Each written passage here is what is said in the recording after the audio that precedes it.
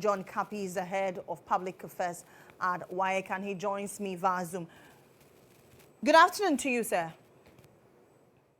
Good afternoon. Are you still waiting for funds to be released before you can scan objective cards? Yeah, thank you. Thanks. Good afternoon to your listeners. Yes, we are still waiting for some funds to be released in order that we can have the scanners fixed, and then we'll continue with the process of scanning the objective answer cards. At what point did WAEC realize that these scanners were malfunctioning? Well, you know, these are scanners we've been using over the years. Of course, periodically we have them serviced and periodically we have them changed. That is, if they are no longer functional. You know, these are the same scanners we use for the BECE. We worked around the clock to ensure that we met our timelines. Now, these are machines, and obviously they break down periodically. So as we speak, we had challenges. We brought in technicians who worked on them, but as we were scanning the objective answer cards for the WASSCE, we realized that we're having challenges, and unfortunately, we've not been able to get the technicians to fix them because of our.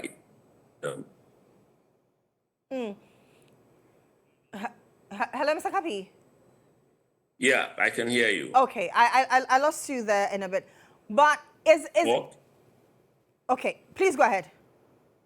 Right. So I was saying that with the scanners, these are machines we've been using over the period, and we service them periodically. So they are the same ones we use for the BEC. Now, once they break down, you have to get technicians to come around and fix them. Unfortunately, we've not been able to convince our technicians to come around this time because of our indebtedness to them. Is it just the scanners, or you're asking for the release of the entire 118 million? That is the reason for the delay. Well, the delay in processing the results is basically because we've not been able to scan the objective answer cards. But then regarding... Please go ahead. Sorry? Please go ahead. Regarding the extra amount that we need, obviously, like these machines, there are some of them that need to be changed. There are those at the printing press that we have to service for our next cycle of work. We've got to pay our supervisors and vigilators. We've got to pay examiners. And then also we've got to pay, suppliers who have provided for the examinations, something like examination stationery. What is the message from the Education Ministry in all of this, since results release has stalled? Well, we have held, my head of office and the director of finance have held meetings with the the Minister of Education. He still has not, responded positively. We've sent letters to remind them that we need these monies in order that we can work to stick to our timelines. Unfortunately, as we speak, no response has been received from their quarters yet. Is it likely we are going to see the results next year then?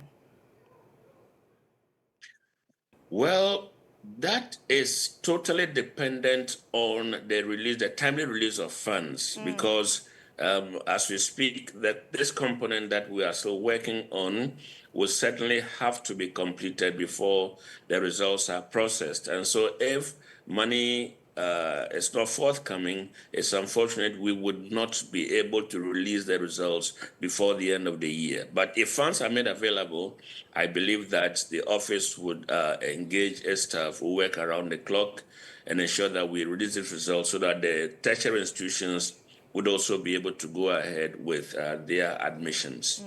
Are you hopeful that funds will be released? We're in a transition period.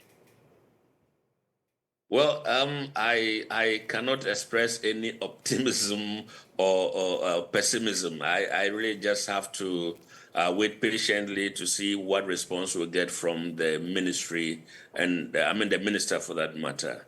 Okay, Mr. Kapi, we appreciate your time with us. That's GHOne Kapi. He's the head of public affairs at the West African Examination Council, WAEC.